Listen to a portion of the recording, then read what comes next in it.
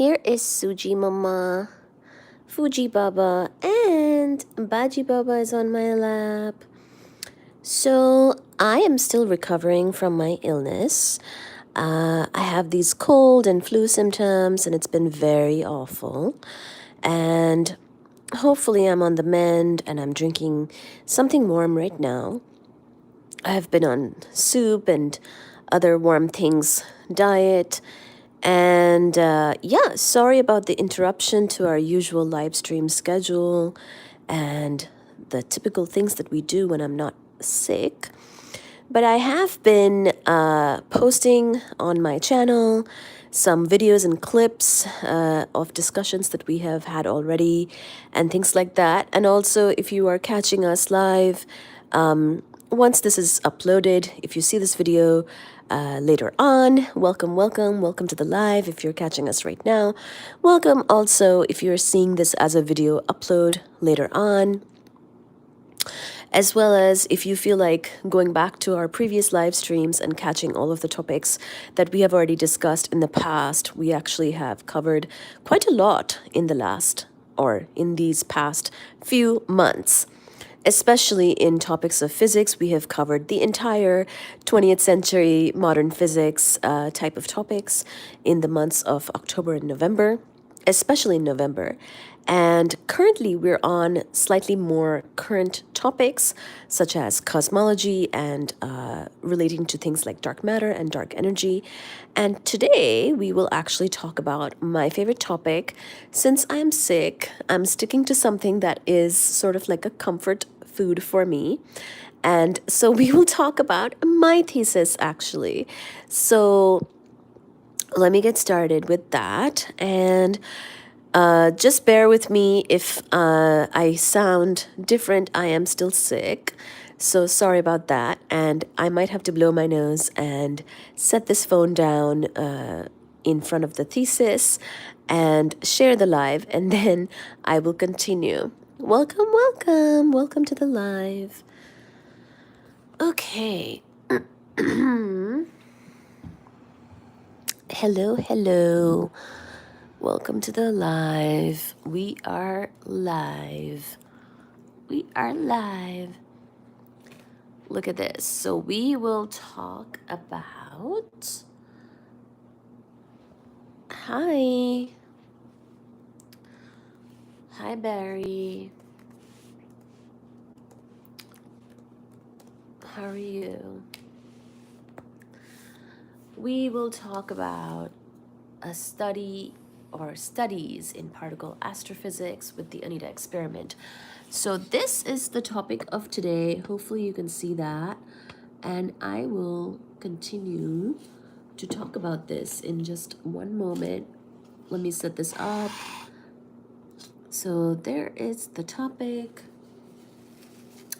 I have my laptop ready because my thesis is on my laptop.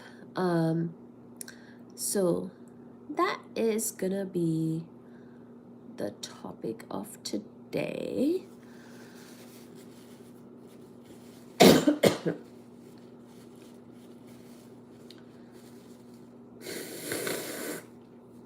I am sick, so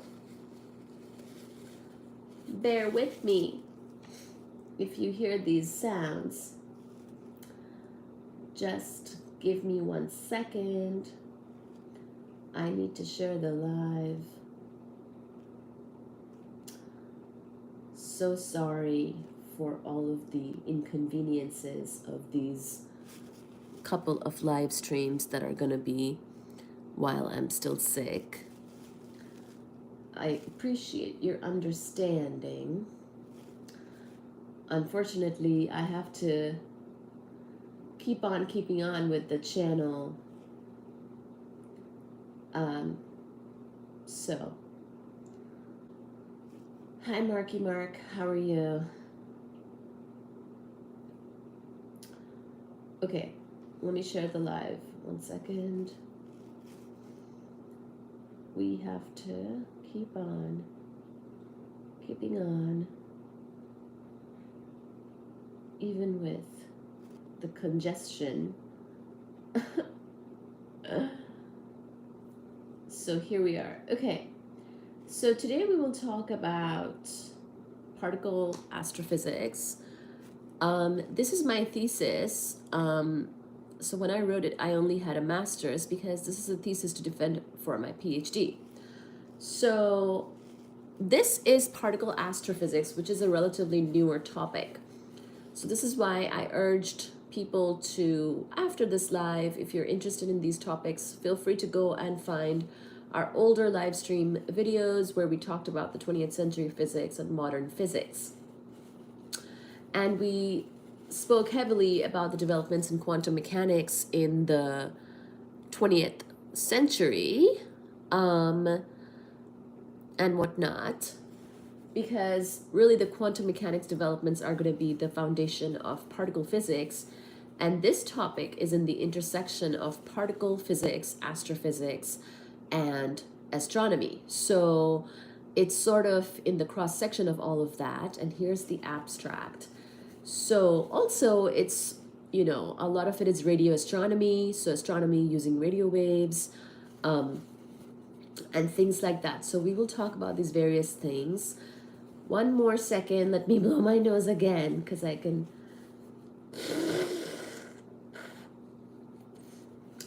unfortunately feel a bit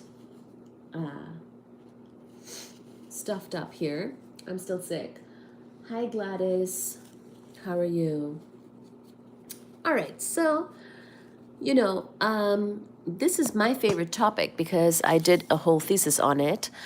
I hope you also find it interesting. So basically, Gladys is saying, remember me. I do believe so, yes. I think I remember you. I think it's been a while, though, since I've seen you, so welcome back. So I have some chapters as well on the side here, so we won't necessarily talk about everything in the thesis. But, by the way, the other thing about the thesis is that it's publicly available. So you can also just go and download it. It's not... So, the thesis has a bunch of papers, and those papers, if they're journal papers, they generally cost money. But the nice thing about a PhD thesis is that it's usually freely available to the public, so it can be downloaded. So here we are. We're going to talk about it. Let me take a few sips of my drink, actually, as well, while people are getting settled. Hi, Gladys.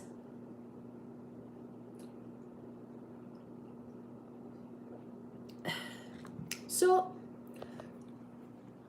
this particular thesis is focused on a particular experiment and work in physics called ANITA in short. And it stands for Antarctic Impulsive Transient Antenna. So I'll just read this here. The Antarctic Impulsive Transient Antenna, or ANITA, is a NASA long-duration balloon experiment with the primary goal of detecting high-energy, ultra-high energy, actually, neutrinos via the Ascarian effect. In the fourth ANITA mission, the tunable universal filter front-end tough boards were deployed for mitigation of narrowband anthropogenic noise with tunable, switchable notch filters. So we came up with a clever nickname for these electronic boards that we needed to build to filter out some noise. And anthropogenic noise generally just means human-made noise, not something natural, but something human-made. They contributed to a factor of 2.8 higher total instrument lifetime in ANITA 4 compared to ANITA 3. A search for a diffuse flux of ultra-high energy neutrinos was conducted using the data collected during the ANITA 3 flight. So ANITA is a NASA long-duration balloon experiment, and we actually had 4 flights of this experiment. I was part of the 4th flight's deployment myself, but I also analyzed the data from the other flights. So this this talks about a,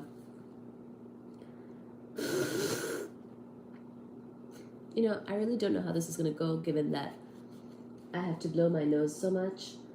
I do apologize. If it doesn't go well today, I will do this again tomorrow and Friday. So we actually used the ANITA 3 data. So this sentence, a search. So, the thing about scientific writing is that every sentence has a lot of weight. Not every sentence, but a lot of sentences can have a lot of really important words and things that need to be sort of clarified when communicating with the normal public, which is, so what this is trying to say is that we launched, as part of my thesis, as part of the experiment work, I was focused on ANITA 4. So what that means is that for my hardware work and efforts and deployment and going out to the field and freezing my ass, all that was for ANITA 4, in Antarctica. So all of that very, very hard work to get something up and running was for ANITA 4. But by the time I'm doing all this, ANITA has had 3 flights already. So there's no reason to not use the data from those 3 flights for certain other, for just general analysis. So we did that, and I also worked on that. So it's a nice thing. I worked on basically all of the different parts of this project, hardware, which is to get something up and running and struggling a lot and probably breaking things and probably running around to different parts of the world or the country at least. Building things, blowing inductors, those types of things, soldering, boards, hand assembling, lots and lots of electronics. You're the best YouTuber. Oh, thank you. Thank you, Gladys. So that's all considered hardware and instrumentation work. And grad students are so cheap that sometimes when we build these by hand, it's actually cheaper than sending them off to like a company or something who would just, fabricate the boards for us. It actually turned out, so sometimes we do send things off to fabricate professionally. But for this particular mission, for these tough boards that I mentioned just now, for the mitigation of narrowband anthropogenic noise, or basically the filters, notch filters that we built, for those, a lot of the assembly of the boards that we flew, as in they were flight ready, mission ready, space ready, because ANITA flew almost, where ANITA flies is very high up in the atmosphere/altitude. So up there is almost like space. So your electronics have to work very, very well, or it's not going to work, So there's actually this thing called hang test. It's a flight test. Basically, before we go to Antarctica, if we go to Antarctica, first of all, whether we'll get to go to Antarctica is a big question mark. I think it was a fated, sort of destined sort of thing where I got to go to Antarctica and this mission actually flew and everything actually lined up, because that year in like April, because this mission ultimately flew in December. It was December 3rd of 2016. And we were deciding in April that we will fly and we will go to the ice later that year, which is very late. So, after that, you still have to get ready for the flight. You have to be ready. All the physical quals have to be done. Like everybody who is signed up to go, whether as a main or a backup, have to pass certain physical qualifications, and the doctors have to sign off on you for you to be able to go, and things like that.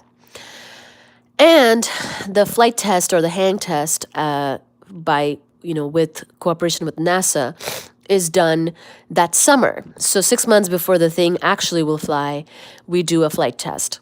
And by then, you have to be pretty much ready. Now, there might still be a few things you're doing, and we absolutely did.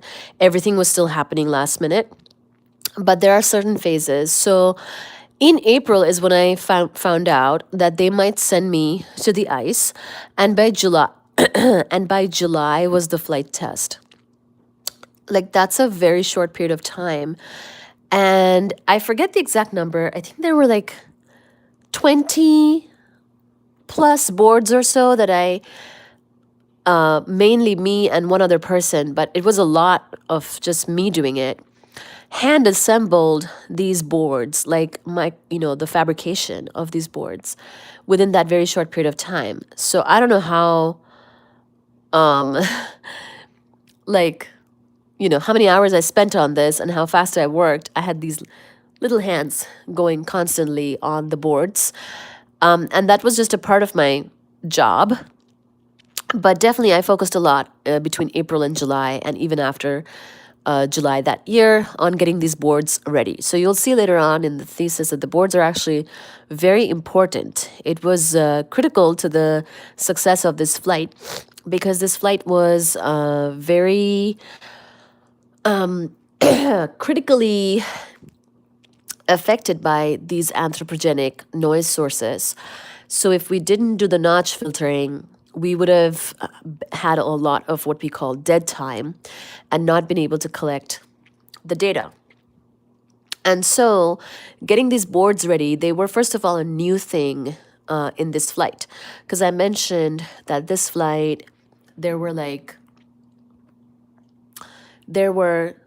was the fourth flight. So we had 3 flights prior to this. And in those flights, we flew much of the same hardware, but each time we're doing upgrades to the hardware because we've learned something and we've made those changes, basically. So,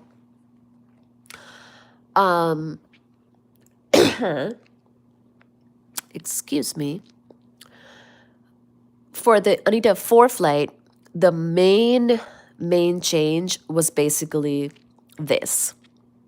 These boards were new. They had never flown before. So if my busy butt didn't get them ready, made sure that they actually work, got them flight ready by July, keep working on them, troubleshooting them till September, October, where we did another sort of assembly before shipping in Hawaii. So the headquarters of the project is in Hawaii. And we went to Hawaii. It was a lot of fun, but I mainly worked in the lab and I did not go to the ocean much for like, 2 or 3 straight weeks. Lots of like long days and nights. And then we shipped to the ice. And then the next time I saw them was on the ice in late October. So yeah, Hawaii was in like September. So basically, April, I get to know that I'm going to the ice, maybe. I still have to qualify. By July, we have to do the flight test. By September, we have to go to Hawaii and assemble before shipping. And by late October, I'm in Antarctica. And by December, we flew. That was the timeline. And this was a very crazy timeline. So I'm actually, now that I think about it, I'm actually kind of amazed that it all worked out. And I got to work on these things that were critical for the flight. And they were so important, I didn't even anticipate how important they were going to be in the flight myself. And turned out that later on, after the flight had launched, which itself was a very big deal because not only was all this crazy timeline happening, that flight was actually launched early. December 3 is kind of early. Sometimes we don't really launch until later in December because this is the austral summer. So the summertime is kind of sort of starting, right? But with these NASA balloon missions, the Mother Nature is who decides when you launch. And the weather decides when you launch. The polar vortex decides when you launch. And if you miss your window, then you don't get to launch that season and you just come back like a loser. So I was under a lot of pressure along with my few other teammates who went down there, because most of us didn't actually go down there. Not everybody who works on the project actually goes to the ice. So we were under a lot of pressure to get it ready, because, there's different levels of being ready. There's the boards are being made, then they're being tested, then they're sort of a thing, then they're actually being tested, then they have to be flight test ready, then we found problems and burned a few things, so fix those things, assholes, ready. Then we're another level of ready. Then we have to leave for Hawaii tomorrow, so pack a power supply in your carry-on and charm the airport people, TSA, so they let you do it. And I actually successfully brought my own power supply. So that's a thing too. And then be ready enough where you've fixed all the bugs in Hawaii, even though that's not where you usually work, but you have to be ready because now they ship. Then you get to Antarctica ready. Then you got to Antarctica, it's really cold and you're adjusting, but get the boards ready. There's different levels of being ready. And even on the ice, we were still testing, we were still making sure everything was good, and I was leading the testing. And I was the local expert of these boards at that point, especially because I was the only graduate student who had actually directly worked on these boards, who was on the ice at that point, and making sure that every single board was good, working, being tested, doing what it should. Every channel, so like the boards, each board had multiple channels. Actually, you'll see later on, each channel had to be ready, not just each board. So there were 96 channels total. So I had to make sure that 100 things were working like perfectly freaking well. And not only that, I had other responsibilities too. This is just like probably one of my main responsibilities. So it was kind of like a lot, and we didn't really get a day off. Actually, I think I got one day off. I think I was sick that day. But we basically, in Antarctica, after work, there were some really good parties. But I can't remember if I went to any before the launch or if all the parties I went to were after the launch, because it was a blur of just so much work and so many long days and just eating and sleeping that I can't really remember. But getting everything ready by the early launch date was not easy either, because if we were not ready, then we would have missed the window, and the window was earlier this year, which is early December. So I think it's a miracle that we were able to launch at all, and everything kind of just lined up. One second. It was quite something.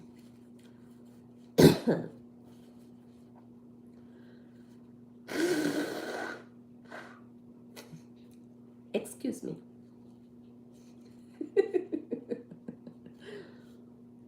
I'm so sorry. I'm working hard to cure this. So,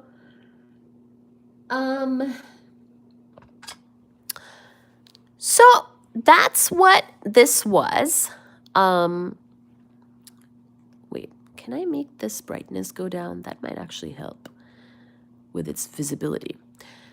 So that's what I mean by these boards, tunable universal filter front end. These boards, they were a new part of the flight, and I was in charge of making sure that they will actually work for the flight.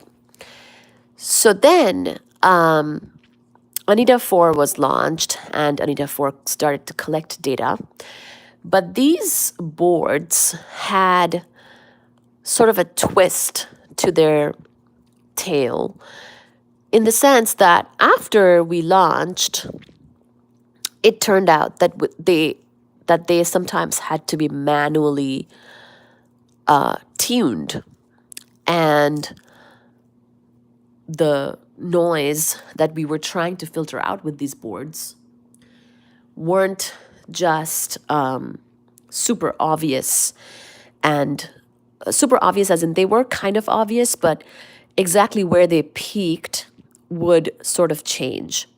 So then, depending on what was happening in real time, the notch filters had to be tuned again. And this had to be done by changing the variable capacitance in these notch filters. And at that point, definitely, like, the only person who could do that was me. So I had a lot of fun speaking to this balloon-borne mission who had already launched. So the instrument is not in my hands anymore, but I can talk to it through a satellite. The Iridium satellites, actually, NASA's Iridium satellites, were used for communication with our satellite, basically. The balloon-borne mission is kind of like a satellite, sort of, not really, because it's just going in circles over Antarctica. It doesn't actually go around the Earth fully. But anyway, so I talked to this, our remote instrument at this point, because we'd already launched, to then I would just have to wake up in the middle of the night. Someone would call me, and I would just change the capacitance by sending these commands via another set of satellites to the main instrument. And then the noise would be filtered effectively, and we would recover live time where we would have, had dead time. So this was a big deal. We were able to have a tremendous amount of success in ANIDA 4. It was by far the best flight. We collected a lot of data. This really helped. We wrote a whole paper on this, on just how this hardware kind of improved the mission's performance, and how exactly it was important, and how it saved the day, blah, blah, blah, blah, blah. But just for me personally, that was an amazing experience, because I never thought that this is the level at which I would be kind of involved, and how much I would be sort of doing things constantly, and that some of my best work have always been done in my PJs. Like, I'd literally be in my dorm room, which the scientists get the best dorm rooms. That's a fun fact about Antarctica. One of the best places to do science, in my experience so far, where I actually felt like I was a privileged member of society, is Antarctica, because we got the best dorm rooms. We got phones in our dorm rooms. I had a lot of privacy on top of that, because my roommate was only there for a part of the time, and most other people were guys. So as a woman, I was mostly just by myself, having a ton of privacy in my room. So extra privilege. And I even had a phone in the room. I could not make outgoing calls, but I could receive calls, and I could receive calls sort of locally as well, which is when a fellow scientist would call me in the middle of the night and tell me to tune these filters remotely with the satellites. So that's why I mentioned the phone. The phone played a very important role as well. Sometimes science is done on the phone, where you scream to the other person, "Hey, get up. It's getting drowned. We have dead time. We need you to do your thing," whatever that thing is. And it's very common, actually. You'd be surprised that once you kind of become good at something, you'll be surprised how few other people / no other people are good at the same thing. Or it may very well be that you're the only one who can do it, especially on the field. There might be one or two other people back on the mainland, back in the US, who can do this, but on the ice, I was the only one who could do it, which I'm kind of thrilled about. It made me feel like, wow, this meant something. So that was the human experience of all of this. I thought that was an important story to share. When we work on these various technologies and scientific things, there is always a story that kind of goes with it. And in this case, it was a very empowering one. I really think that it's worth somebody's while to do something like this that's so different and unique. And then if you keep at it and you kind of, and also, mind you, there were a lot of obstacles along the way. I really did not think, well, no, let me correct that. There were a lot of uncertainties about whether I would even get to go to the ice, let alone play such a big role there. But I was very determined to go. And I was like, deep down inside, I'm like, I'm gonna go and nothing can faze me. So, so I was like, there were people who even discouraged me and who told me that I might not PQ, which is the physical qualification to go there. And they even said that the PQ process is so long. Why are you even bothering? Don't even bother doing it because you're just going to be running around from doctor to doctor for no reason. And, you won't qualify. And the thing is, they were projecting. Maybe it was them thinking that it didn't make sense for them to go, but it made a lot of sense for me to go, and it was in my destiny to go. But also, let me just say, like, I had to make this destiny happen. Like, at one point, one of my doctors told me that they were going to give me, what's that? Shoot, what's that disease called? The one that we get in India, but not here. Is it typhoid? There was something that I had, like I tested positive for, like I didn't actually have it, but we get the vaccines for that in India. Wait, no, tuberculosis. It's not typhoid. Tuberculosis, TB. So we get tuberculosis, another story here. We get tuberculosis vaccines in India when we are young. So that makes us test positive for it here in the US for like the skin test or whatever. I can't even remember exactly what the test was. So then, if you test positive, you can't go to Antarctica. They don't want to send people who have any vulnerabilities. So I was really, obviously not even disappointed. I was like, not even gonna accept it. I was like, you do a chest x-ray for me. You do whatever it takes, doctor, to like make this go away. I was basically very persuasive, and the doctor was quite annoyed with me. And she even said, like, nothing is more important than life and this and that. But, I agree with her. I don't know if I would be that gung-ho now. But I was like pushing. Nothing could stop me. Like I was going to go through all the steps. I was going to go through every loophole, every hurdle, everything that there was to go through to make it happen. But actually some people did not pass their PQs. Now, I don't know if they some people don't want to pass their PQs, you know what I mean? Because they've already done this. So they're not really trying to go back to the ice. They know it's kind of a pain it's kind of a pain. So I wonder if it was because of my first time and I had like the beginner's luck, or I was really, really, really, really, really pushing. I was not going to stop at anything. I wasn't going to let anything stop me.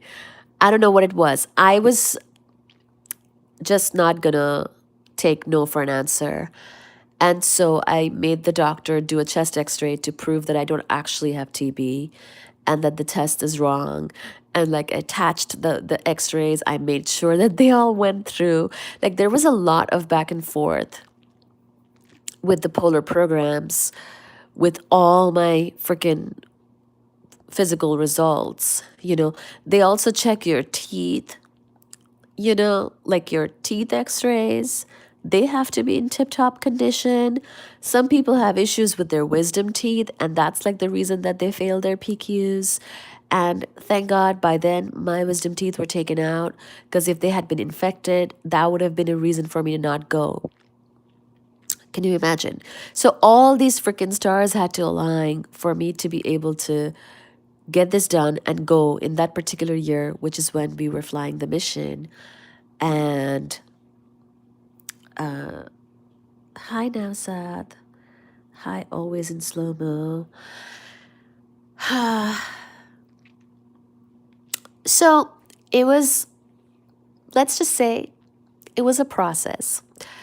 And until I actually got to the ice, which also was filled with obstacles, because it's very common for your flight to get canceled because it's not a regular flight. It's a military flight that takes you from New Zealand to the ice, and from actually Christchurch in New Zealand to the ice. And that flight gets canceled a lot, as in it could have delays, there could be weather things, and you never know. At any given point in this particular journey, it could just all kind of like not work out. Even after getting there, this thing I just said about the polar vortex, like we could have gone there and not been able to launch. That's how finicky balloon-borne missions are. Like you could get there and everything and be ready, and something happens, like where you miss your launch window, the weather doesn't line up, and you come home like without doing it. And so many things could go wrong. So the fact that we launched on time, we had a very successful flight, and I got to be such an integral part of it, like a flight commander, and sent those commands to to our instrument to be able to notch filter in real time, and tune those noises that were causing issues that could have given us a lot of dead time and kind of killed our experiment. The fact that I not only went but was so involved is really a gift of the universe. So thank you, God, and thank you, everybody who, worked with me on this project, and especially the senior people who made this opportunity happen for me, including my advisor and the PI of the project and everybody like that.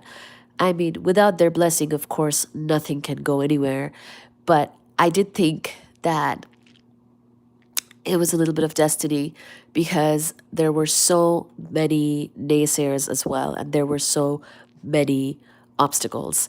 And I was probably not the person in mind for a lot of people who pictured the work, the type of work that was going to be happening. So I had to deal with some of that too at every step. So yeah, I have to blow my nose again. So 1 second.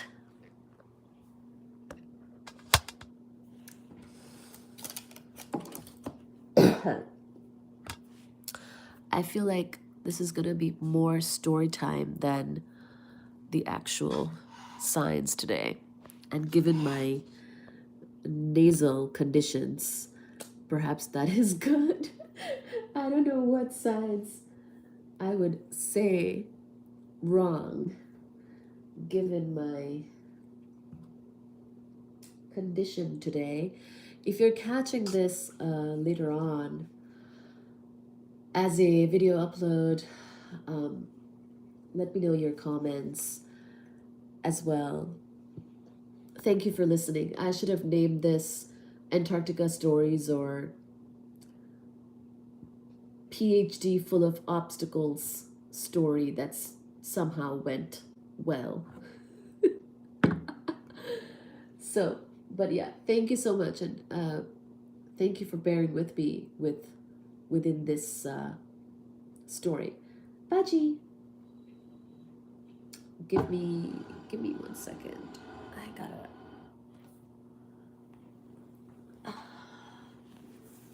Oh god, oh god. pants don't fall off while I'm standing up publicly. I can hear my voice through my head, right? And my head is also kind of stuffed up, so I really don't know if this is a good experience or not for the listeners.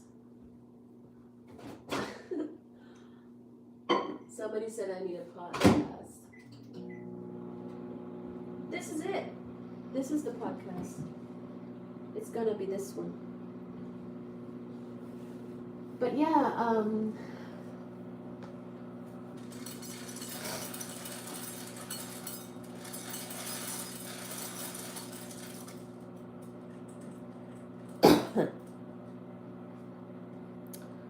thank you for joining. I don't know what mess I look like, or I would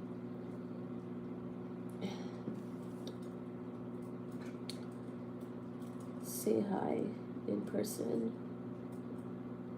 or sorry, on the camera. Oh gosh. Gladys, you still here?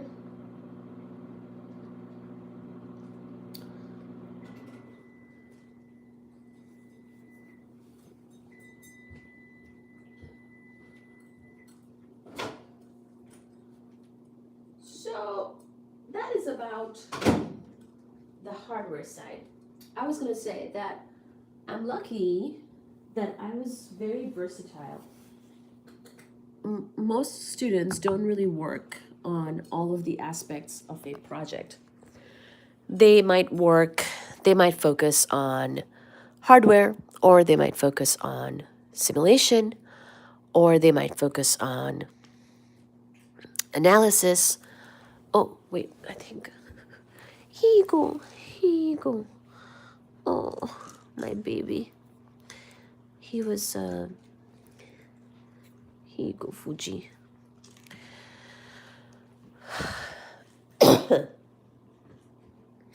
They might focus on sort of a specific aspect of the overall project, because these are pretty big, involved projects. So ANITA, Antarctic Impulsive Transient Antenna, is the name of the project, but it really entails collecting data with your detector. That detector needs a lot of work, hardware work, instrumentation work. Just the instrumentation work could be a thesis, you know. Then you collect the data, and now you have massive amounts of data, you know, something like terabytes of data, and you have to analyze it, and just coming up with the analysis techniques and what that analysis will look like is also something that could itself be a thesis. So for example, in a lot of particle physics types of work, the people who do the analysis of the data are generally, I would imagine, not the same people who also go and work on the detector. It's very rare to get to do both detector work as well as analysis work. Oh my gosh, Fuji, Baji, let you had some. Fuji.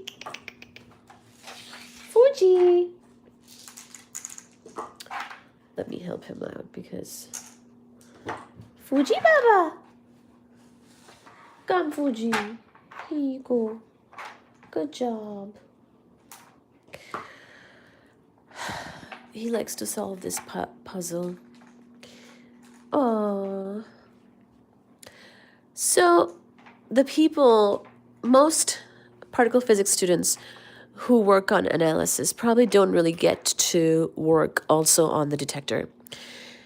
They might visit the detector, Like, for example, there are some very world famous particle physics detectors at CERN, Switzerland, France, that area. And the bread, I hear, is very good there. Thank you. Heady Logos. Hi. Hi. Thank you so much. So, people who are doing an analysis of the data that comes out of that might be people who visit the detector maybe like once a year or maybe never. But when they do get to visit, it's kind of like a field visit for them. It's like a trip, it might be fun. They get to do it sort of as a rare thing. And of course, the location there is really nice, and they get to eat the bread. And wow, Fuji? Don't do that. Oh my god. Oh my Suji. So, all that is to say that purely particle physics experiments, those types of grad students who work on the analysis of the data that comes out of that generally will never really work on the detector much. So they might not have too much hands-on experience with the hardware. So it's pretty rare for somebody to have worked on the analysis, the data in a hands-on way, the hardware in a hands-on way, the simulation, and I got to do that. And in that sense, I'm a very rare particle physicist / particle astrophysicist, because I don't really do pure particle physics. It's particle astrophysics, because it's a little bit different than smashing particles together in a collider. So when people say particle physics experiment, most likely what they mean are the collider type of physics, Fermilab, CERN, whatever, something to do with accelerating particles, smashing particles together. Could be even it could even be the sort of MEV scale neutrino experiments in Japan, things like that. Actually, those experiments might have a different dynamic. I think the very large collider physics experiments that I had in mind when I was initially talking about this particular part of the chat, the very large collaborations are more organized in how they operate. The part that's on the analysis team, even the analysis team will have a lot of sub teams. These are huge, they call it the alphabet soup kind of author list, where, your author list is alphabetized because of how, hi baby, because of how many authors there are. Even our author lists are kind of alphabetized, but we don't have as many authors as some of these other bigger collaborations. So in the bigger collaborations especially, your job can be very streamlined. And so you may never see your detector whilst you do all of this work. And then you analyze the data and you come up with a paper. But for our project, something like Anita, I wanted to mention that it's very unique in that sense. It's in the cross-section of particle physics and astrophysics, and I was able to be hands-on with all parts of the project. I touched, quite literally, the project and the experiment, all parts of it. I helped to put it together and then flew it, and then it was crashed / landed. I was not there for the landing part. Probably the landing part is the only thing I missed, because that's a much smaller effort. Only like 2 or 3 people go out to retrieve the detector after it's been crashed for the landing. So I didn't do that part. But pretty much other than that, I was there for all of it. And I analyzed data and I worked on the previous ANITA flights too to get the data out of those flights and participate in various analyses of those flights' data, which was a little bit annoying, to be honest, because I wanted to, obviously I was more invested in my flight, right? But that's okay. ANITA 4's data is probably still being analyzed. And I did work with that too, but for me, the analysis timeline more lined up with the ANITA 3 flight, from which we already had the data. So these are just some various dynamics of doing particle astrophysics that I ventured into during this chat with you today. I didn't really fully get started on my thesis today because of my nasal condition, and I thought that these stories are actually pretty interesting too, and I might keep this live kind of short, let you guys catch up later. Plus, it seems like a little bit quieter today, so I will continue and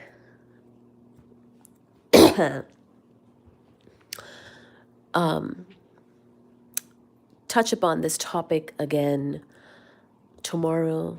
Hopefully I can go live tomorrow. I try to go live on most days, but lately with being sick, Baji, can you leave it alone to do its cycle, please? Baji. Look at him. He's like, he is also very hands-on with his hardware. So I figured I'll start off with the story today, but I'll get into more about what this work is on and things like that. I thought that the main thing that I talked about today with the filters, it's good that that is now out there, because the filters were really important. If there is one thing to be taken away from the ANITA 4, now my thesis is about more than that, but if there is something different about ANITA 4, which is the mission I was on, then those filters were very important. And mind you, they were more important than we thought they would be. It's sort of this story is a story because of how it all unraveled and unfolded. And I still can't quite believe how it went and how important it became and how important my role became. And good thing I did it all, and good thing I learned how to, and good thing I never gave up and kept pushing, because I was right place, right time. You know, if I had given up, then I would not be at the right place at the right time. And there would not be this big amount of success that we had with those components and with that flight and with myself and my contribution, you know. And it's good as a graduate student to have such an important contribution that you can own, you know, along with your collaborators. You can say which part you did, or, you know, what was the story of what you did. Because being a grad student is sort of, it's such a rite of passage, right, in the scientific world. Having some concrete, big, important thing just makes it easier to tell the story of what you did, because PhDs can be kind of like very involved, so it's hard to say, you know, exactly how to sum it up, right? But very lucky for me, and also, you know, like I put in a lot of effort, but at the same time, there was always this chance that it would just like go nowhere. Like I kept doing things, but I'm telling you that there was this uncertainty the whole time. So I like really didn't know that it would work out. And that gave me a lot of anxiety. Probably have some mental health issues from that even now. Well, no, actually, I had the mental health issues since before already, so nothing to do with this. But this probably exacerbated some of those conditions. And somehow, well, actually, I don't know. Somehow I was able to just like deal with it. Maybe I'm just used to dealing with sort of a traumatic kind of situation and like completely uncertain and whatnot. Like basically I had a year of uncertainty, like more uncertainty. I mean, the entire PhD is an uncertain period of time because you don't even know if you'll graduate with a PhD. You could be wasting your time, right? That's another whole story. But this particular year that culminated in the flight, and later on us finding out that the flight went really well, that whole period of time was filled with uncertainty and not knowing how things would really go. And on top of that, I was having not the best year in my personal life, actually. There was a lot of turmoil during that year. But I think because I was so busy with all this, I was just able to kind of go through it, I got through it. And the whole time, I didn't know what a success it really would be. And it was. It really paid off. This work really paid off. It was really, really good. And we collected a lot of good data. So anyway, that's the story of Anita 4. I didn't really say much more broadly. This is one aspect of this thesis. But it's a good story. Might repeat it again in another live. But if you were listening so far, thank you for being here. If you're seeing this as a video upload later on, thank you for watching and thank you for listening. Sorry and thank you for bearing with me and my nasal tones and sick feelings. This has been nice to share the story with you. I actually really did not know what I would like that I would be sharing this particular story. I thought I would be telling you about particle astro more. But maybe it's good I told you this story today because I guess I had it in me and now it's out. And maybe you will listen to it and ask questions later on. And next time will be another day. Basically, when I start these lives, I'm not really sure exactly how it's going to go. And it kind of just unfolds. Kind of like that year with Anita. That year just kept unfolding and unraveling. I really didn't know how it would go. Hey! Hi, crazy sick wine. Hello there, lovely lady. Hi, how are you? We talked about a little bit about my thesis today. I went into a story time about it. I did not cover a lot of hard science and math, but I'm still sick. So unfortunately, I'm still sick. So this live stream was ridden with my nasal tones, and I had to blow my nose a few times. So probably not the best quality in terms of those types of things, but hopefully people are patient and excuse it. Not COVID, hopefully. Well, I didn't really get tested. I got COVID earlier in the year. It could be COVID, something else, I don't know.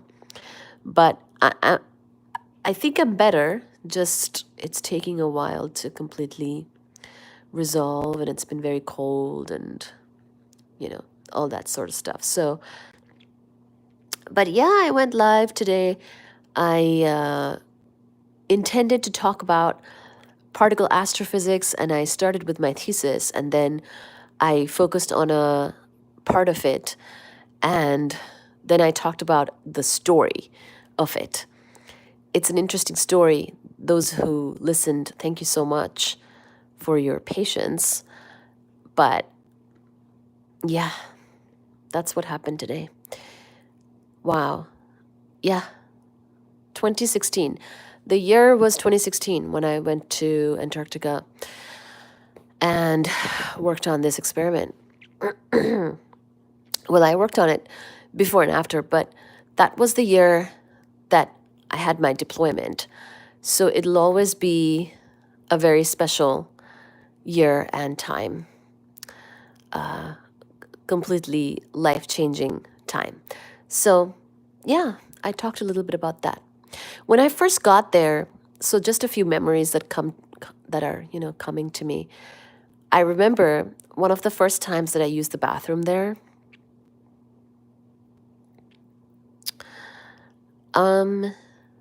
Not exactly.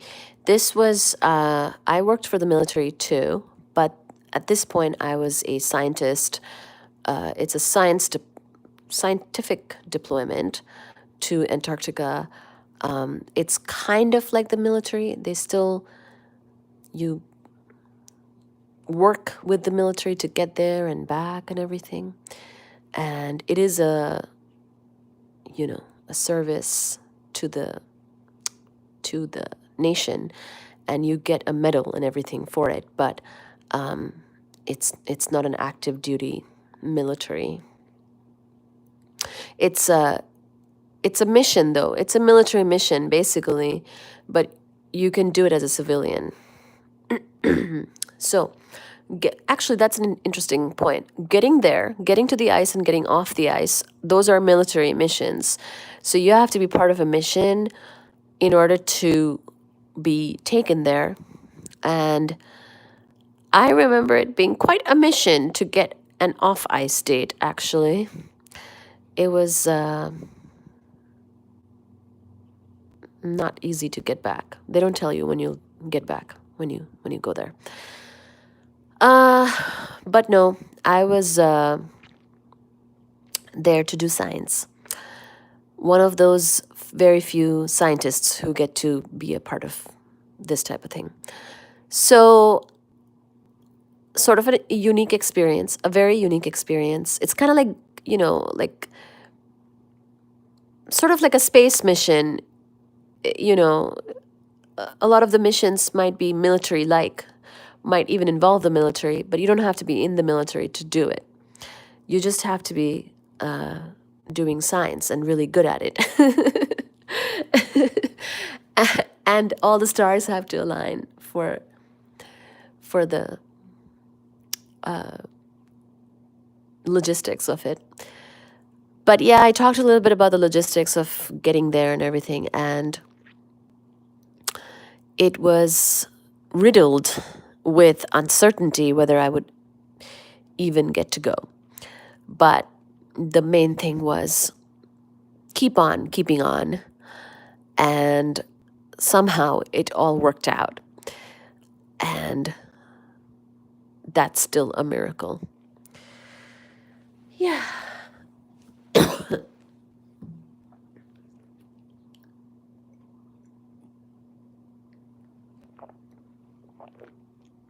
I will say, though, that for the people who are actually active duty and even contractors, this deployment would probably be considered one of the more fun deployments. Everything said and done. I mean, it was not easy. It was a lot of work to get this science up and running and doing all this work. But at the same time, I know that there are other deployments that are less fun, because I talked to the people on the plane and everything. We took a C-17. Yeah, it was a C-17 that we took on the way there, and a C-131 on the way back.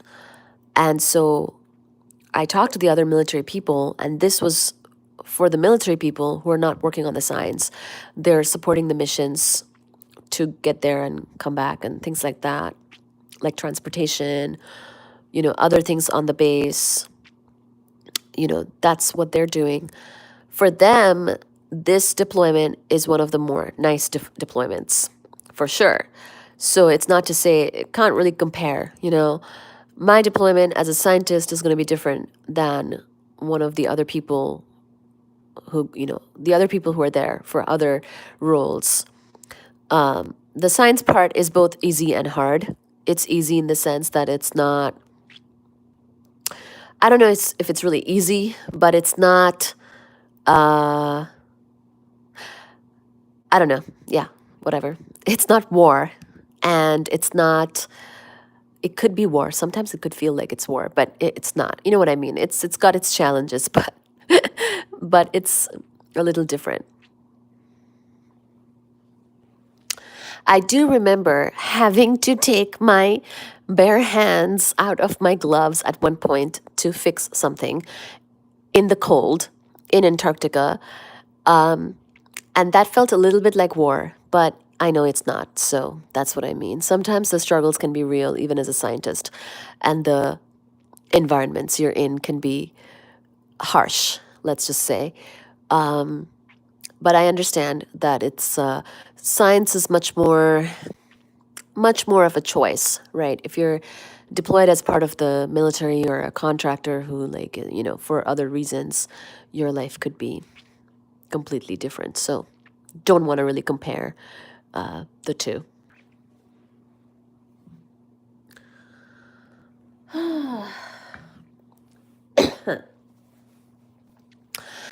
But where we ate was called a galley.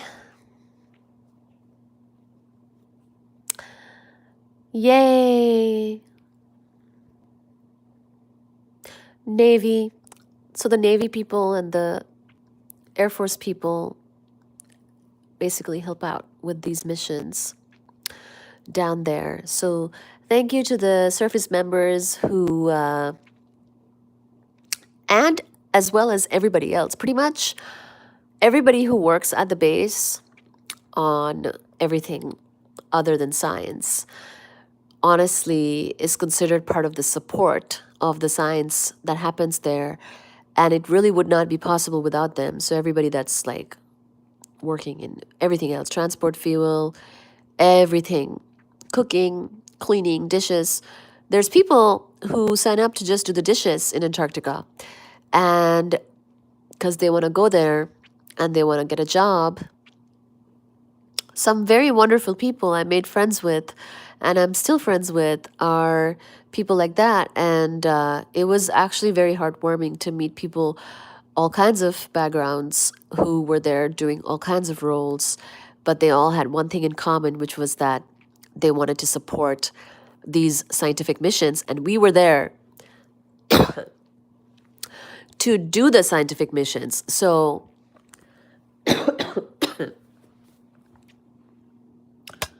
imagine.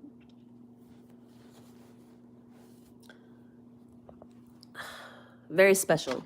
Oh, God, I have to cough more.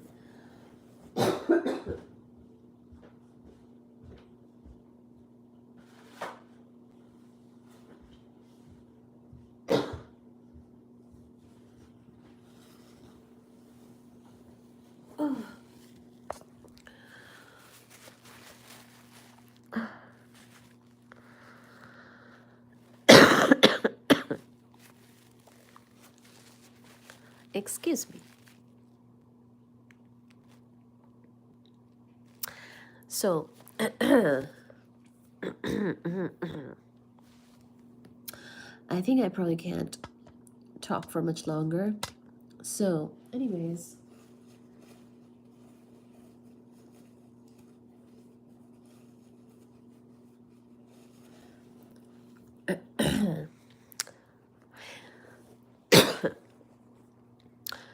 Thank you for joining, everybody. See you tomorrow.